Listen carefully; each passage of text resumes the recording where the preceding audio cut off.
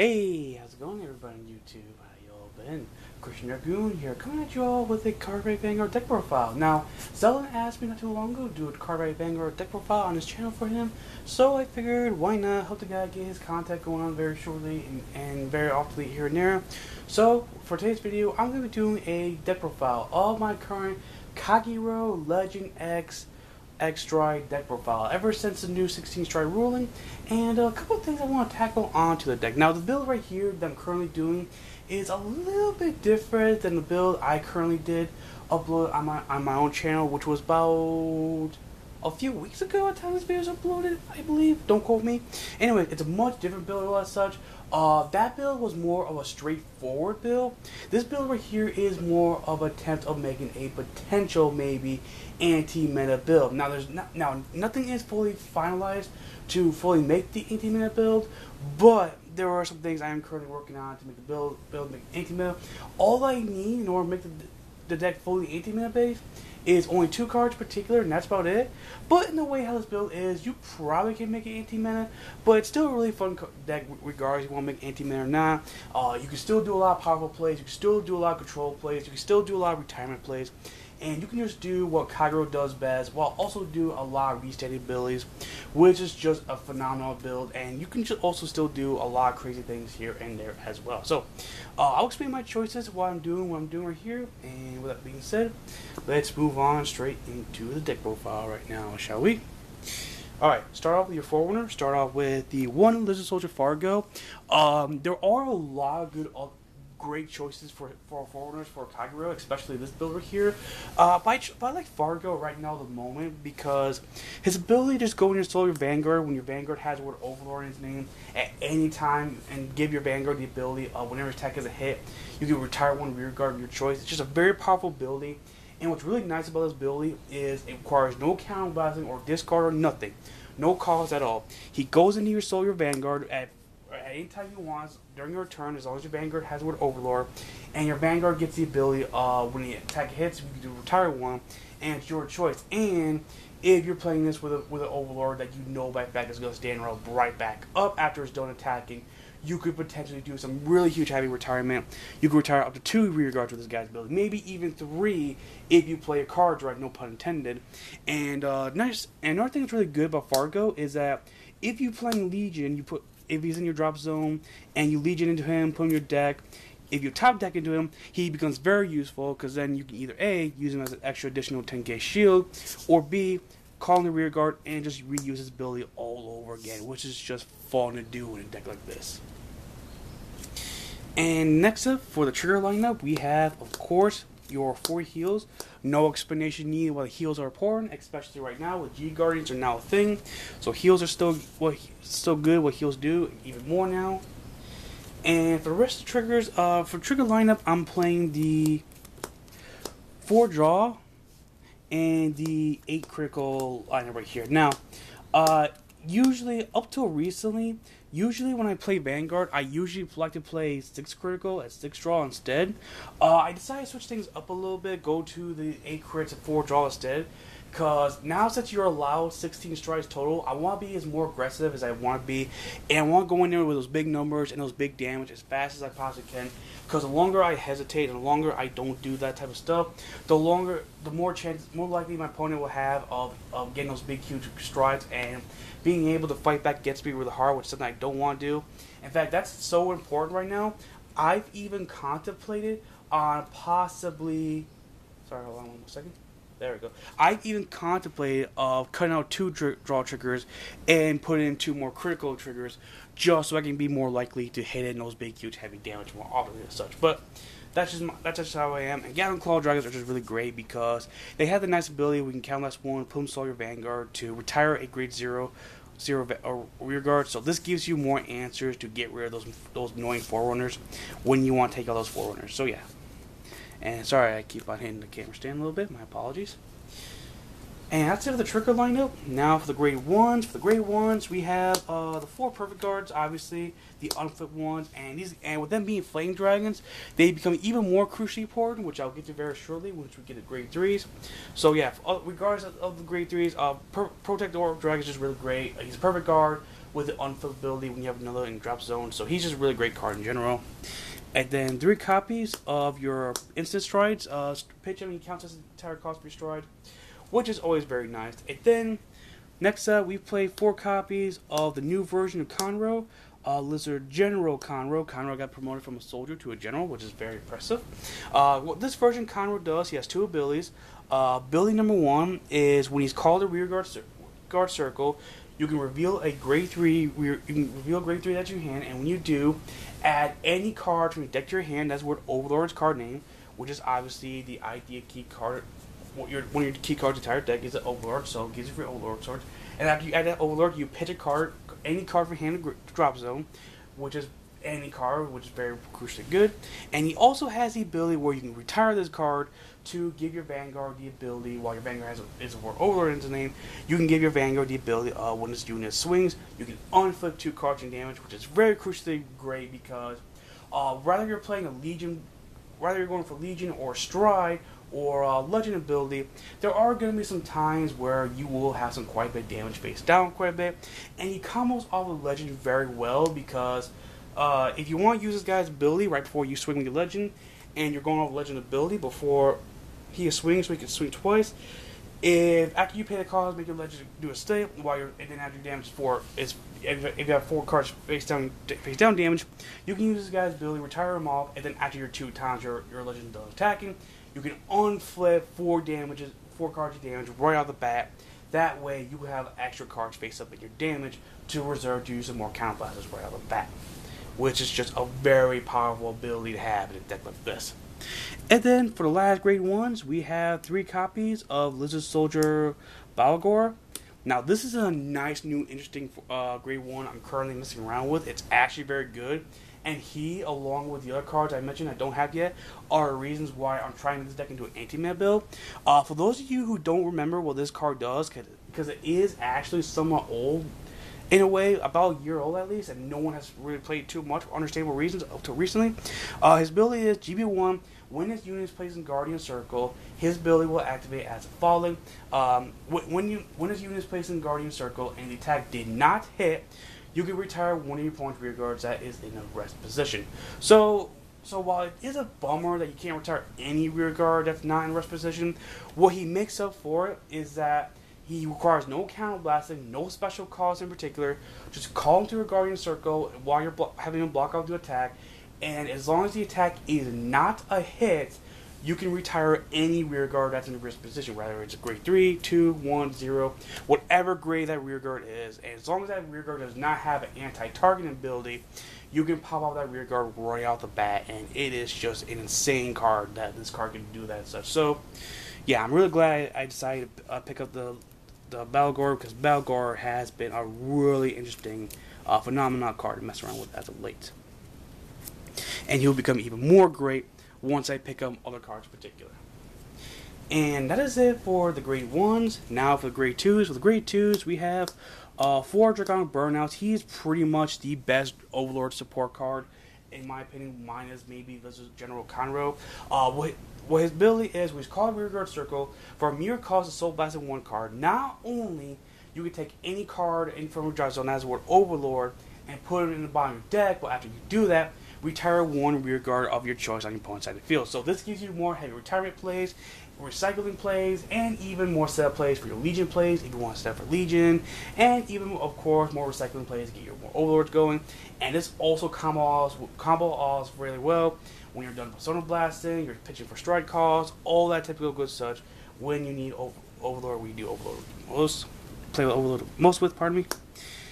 And then next up, the only card of the entire deck that is not a dragon, but it's got great abilities that goes with Overlord, so it's so hard not to play him. It has 4 copies of Emperor Dragon Knight Nahalem. His ability is GB1, as long as your Vanguard has the word Overlord's card name, I believe. Yeah, during your turn. Yeah, it has to be during your turn. So during your opponent's turn, it's only 9k, but during your turn, it has these abilities will get stronger. During your turn, if you have a Vanguard with Overlord, its card name, this unit gets 2,000 power and rearguard ability and the following ability. When your grade 4 or greater Vanguard attacks, this unit gets plus 5k power until end of the turn. So what's really great about this guy right here is that as long as your Vanguard is the word Overlord and you strode at least once, or G-Guardian at least once, he is guaranteed to at least be 11k attacker, which is very impressive. But what's also really good is that after your grade 4 Vanguard attacks, which is either when your stride units or your Legend Overlord, which we'll get to very shortly, attacks, he will automatically gain a 5k power, and you have stride units and other units that happen when they're in your Vanguard that have abilities where they get attacked twice. So as long as those units that are attacking twice are grade 4 or more, this guy will be guaranteed to become at least a 21 attacker by himself. And that's not even counting who's boosting him, what you get other abilities particular, and what you will get on your drive checks if you choose giving drive check powers to him. So yeah, this version of Nahum is just very nice. And then to finish all the grade 2s, we have 3 copies of Twilight Arrow Dragon. I was playing Berserk Lord Dragon earlier in this build, but I decided to take out Berserk Lord and put in the Twilight Arrow Dragon because what I didn't like about Berserk Lord was that in order for his ability to go off, you had to attack with a grade 4 Vanguard in order for his ability to go off. And the reason why I didn't like that too much is because this deck is pretty much reliant on Legion plays, almost, if not just as much as when you're playing Stride plays, and I wasn't really that big fan of. And what I really like about the Twilight Arrow Dragon is that his ability goes off as long as you Strode or G-Guard at least once. His ability will guarantee to go off at any time while he's attacking, while being boosted and attack swing and Vanguard, which is never hard to miss out in a deck like this. With a deck like this, you're always guaranteed to have something boosting him. You're always guaranteed to stride at least once this game. And yeah, Twilight Arrow Dragon is just a really nice card. And just like Berserk Lord Dragon, his ability just allows you to take out grade 2 or less rearguard. So I think right now at the moment, Twilight Arrow Dragon will see a really great spot in this deck. At least right now at the moment, at least. I may try out Berserk Lord Dragon again, maybe give Berserk Dragon Lord one more chance. But for right now, at the moment, I really do like Twilight Arrow Dragon. I do apologize for keep on tilting the camera right there.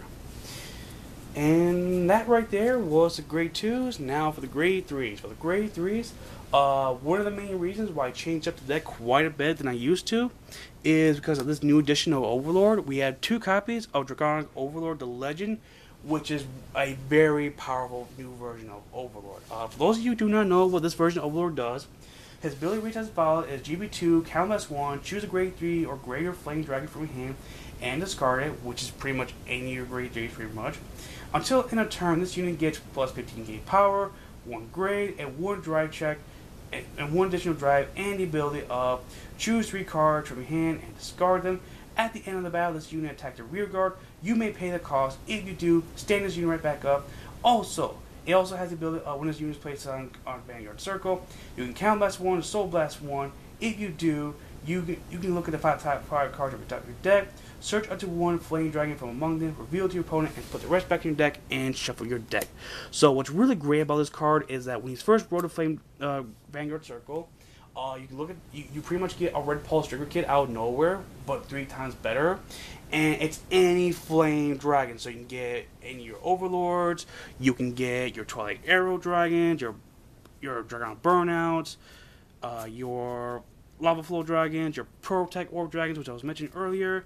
And if you want, if you're feeling a little froggy, go for your triggers as well, and put that trigger in your hand if you want it for whatever reason. Go for extra defensive, or go for the heal triggers if you for a reason want to add a heal trigger for like reasons like, let's say, G Guardian, whatever such.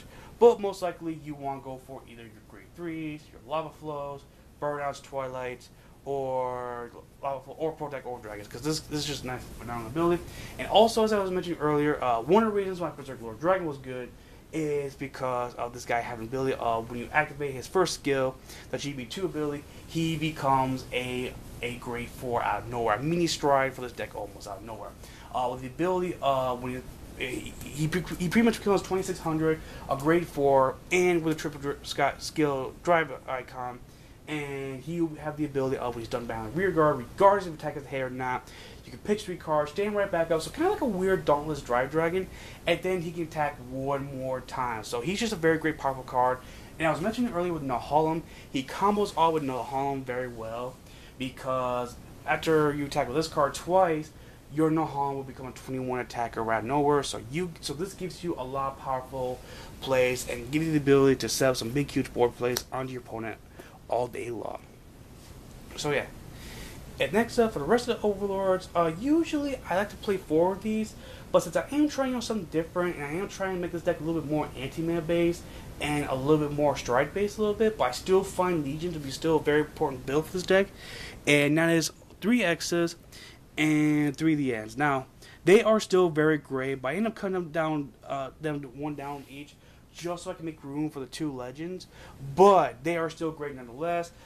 Legion play is still nice. The ability where this guy can get this guy out, and when you first Legion, you can get one or the other out, and these guys just allow you to make some big, huge, nice recycling plays, and even now and then some really nice, huge, aggressive plays every now and then. And once the anti-mana plays go your way, now will be the perfect time to go into your Legion plays and recycle your stuff and just go ham and just go right nuts with your Ends and the X's all day long onto your opponent.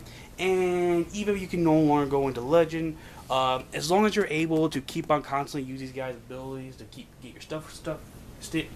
get your stuff back, while also be able to keep on board pressure on setting up your heavy stand abilities and other type of things, these guys are still great nonetheless. And yeah, I just really like these guys in general. Especially, and for those of you who don't know, Overlord the End has always been my favorite card, and it is just hard for me not to play the Overlord, the End, unless it's just a casual deck. Like the only deck I would make a section of a Kagero deck not playing the End is a casual deck that is just messing around with some other things. But if I'm playing competitive, I really want to play something that follows the End and obviously the X2 for obvious reasons. And that right there was the main deck. Now for the strides. For the strides, we have 4 of Dragon Overlord the Ace. This is pretty much your stride version of Overlord. He gets the ability of Counter Blast 2. By Counter Blast 2 and flip 1 copy of him and losing 1 drive check, making him only twin drive, still triple drive. He gets the ability of when his unit is done battling your opponent's Vanguard, you may pitch a Kagero and then pitch a Overlord Kagero, and when you do, he stands up right back up with 5,000 more power. So what's really nice about this card is that he's a double attacker stride, and when he stands right back up, he gets an additional powers. And just like Overlord the Legend, it doesn't matter if his attack is a hit or not. He'll just stand right back up and attack again, and just be able to proceed to do some more board pressure. And just like the Legend, he's another card that allows you to combo off with your Legend Soldier Vargo, as I mentioned earlier, and your Nahalem, which is just very powerful right there. And then next up, we have 4 of your new Novels. Novel is just a heavy-duty, aggressive card. Pretty much short and sweet. When this unit attacks a Vanguard, not only they cannot put grade ones in their Vanguard circles, I believe. Yeah, grade ones. They cannot put anything that involves grade ones. They cannot put grade ones in the Vanguard circle, so no perfect guards or such. And it also has the ability of when your opponent's damage is at 5 or more, all their trigger effects are nullified during their damage check. So if you have, let's say, 5 damage and your opponent has 4 damage, and you get at least 1 critical trigger while your opponent is saying no guard, it is guaranteed that you will win the game right out of the bat, because they can't do anything and they won't be able to heal or nothing. You will automatically instantly win when you have more damage to your opponent and you have just about enough criticals to go for the win, and they won't be able to do anything to make any recuperations when you annihilate them for the game. At the next, for the G Guardians, nothing really too special. For right now, at the moment, I am playing 4 Orb Dragons. Nothing really too special about this guy. He gets the ability of, when he's called a Guardian Circle, while your opponent has 4 less rear guards, he gains additional 5k power, which is 5k defense, which is not a bad type of ability. But personally, there are some other G Guardians I would prefer to use. Like once I pick up the new Griffin G Guardian and defeat Flare Dragon, I will probably cut down some of these guys so I can make room for those cards in particular. But these guys are just fine the way they are right now. And once I pick up those new cards, these cards may be cutting out in order to make room for the new Flare Dragon and the new Griffin card, which is one of the reasons why I'm making this deck into anti-meta base, And then next up, we have 2 Roof Flare Dragons. They're just there for in case if I'm up against in case I'm up against units that happen to have abilities where there's no targeting, and if you targeted the column, that you can still retire them all right there. And Roof Flare is just perfect for those rear guards that happen to have those type of abilities, where you not only take out that rear guard, but also other rear guards in front or behind him, along with him as well. And what's really nice about him is that it requires no counter blasting or pitch cards or anything such. It just requires a persona flip of him, and you can retire 2 rear guards or out back in the same column, and you can just retire some two rear guards on nowhere, be able to sustain hitting those big huge power pressure to your opponent. And yeah, it's just a really great card in general. And then to finally end off the deck profile, we have 2 copies of Supreme Heavenly Emperor Dragon for Texas Desire. A really nice, interesting new G card for Kagero General. His ability is flip one of your G cards face, choose a face down card for your G zone face up, and he gets the ability when his attack is a hit, retire 1 rear guard for every flame dragon in your Vanguard circle. So obviously, when you have him on top of your flame and your overlords, that's at least two rear guards retired if his attack is hit. But if you Legion, then stride into him, and then if his attack is hit, you get to retire 3 rear guards, which is just a powerful, heavy-duty, aggressive ability, and you could just establish a big, huge power presence and just wipe out the opponent's board, and just take away some big, huge amount of options away from your opponent when something like that happens. And yeah, everybody, that right there was my Kagero anti-meta legend deck. When the video is uploaded, we'll figure out the name of the video as such. When the video is uploaded, that will be the name of whatever you see the name of this video. That will be the name of the video, when it's uploaded as such. So it's a really fun deck. I really enjoy this deck very much. Obviously, Overlord is my more favorite card. Overlord DN is my more favorite card, and just the fact that I can do a lot of utility with Overlord is just very nice, makes me very happy, and I'm really looking forward to a lot of the other things you can do with Overlord General. And thank you all for watching this video. For those of you who want to check out my channel, my name is Christian Dragoon. Xaldin might have the link to my channel in the description down below. I do a lot of Yu-Gi-Oh content. I'm playing a lot of Yu-Gi-Oh Dragons, and a lot of Vanguard content. Not a lot, but quite a bit of Vanguard content, where I do quite a bit of Kagero and Narukami videos quite a bit as well.